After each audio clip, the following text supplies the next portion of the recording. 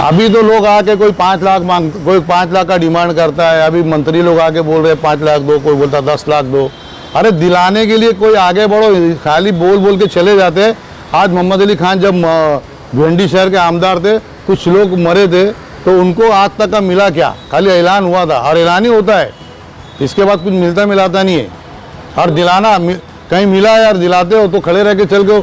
ये हादसे के बाद वहाँ कोई किसी को मंत्री, ना कोई एमएलए, ना कोई एमपी, कोई नज़र नहीं आएगा। जिसके घर का शख्स मरा होता है, मैयत होती है, उसी को मालूम होता है कि फलाने दिन मेरे घर में इंतकाल, ये बिल्डिंग गिरने से हुआ है।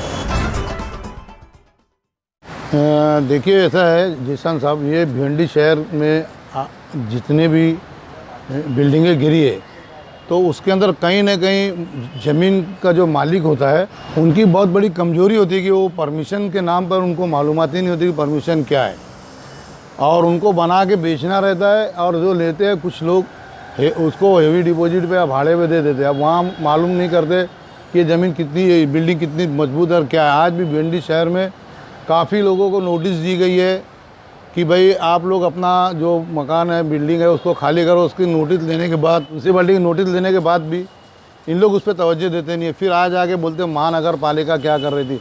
महानगर पालिका क्या कर रही थी वो जाने दो, तुमको तुम्हारी जान की परवाह नहीं है कि तुमको नोटिस काहे की मिली है।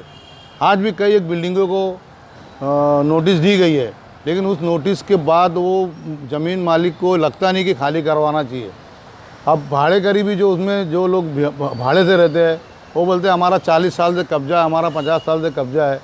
तो उसी बिना पे ये बिल्डिंगें गिर रही है।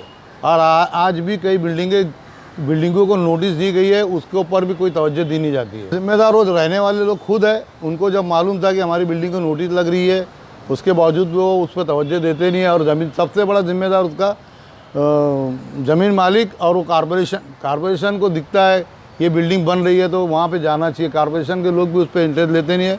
कारपोरेशन के लोग को जो रहता है उनका हिसाब किताब हो जाता है।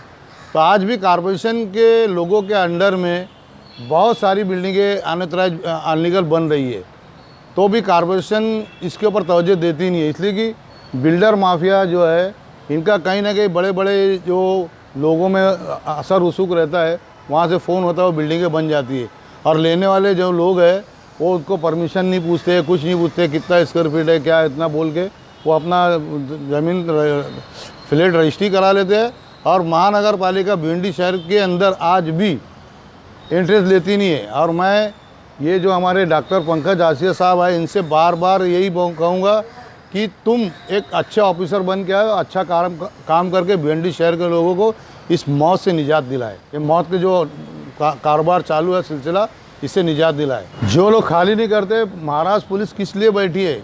महाराष्ट्र पुलिस जो है उनसे आप प्रोटेक्शन लो और उनको नोटिस दो सामने वाले को, उसके बाद भी नहीं खाली, पुलिस बंदोबस्त लेके उसको खाली कराओ। हर अधिकारी, महानगर पालिका का हर अधिकारी अगर ये जिम्मेदारी ले ले तो मैं समझता हूँ शायद अब जो बिल्डिंगें गिरने का जो माहौल चल रहा है वो बंद हो सकता है। लेकिन उसके लिए महानगर पालिका को बाकायदा पुलिस बंदोबस्त लेके उसको खाली करवाना चाहिए। हमारे जो भिंडी शहर के हमारे पूर्व एमएलए जो है रईस शेख साहब, वहाँ गए थे, उन्होंने भी कुछ वादा किया है कि 5 लाख देना चाहिए। रईस शेख साहब से भी मैं कहूँगा कि इस काम को आप बिल्कुल जिस तरीके से ऐलान किया उसको अंजाम तक आप पहुँचाइए। मेरा ऐसा रईस शेख साहब से गुजारिश है रईस शेख साहब से।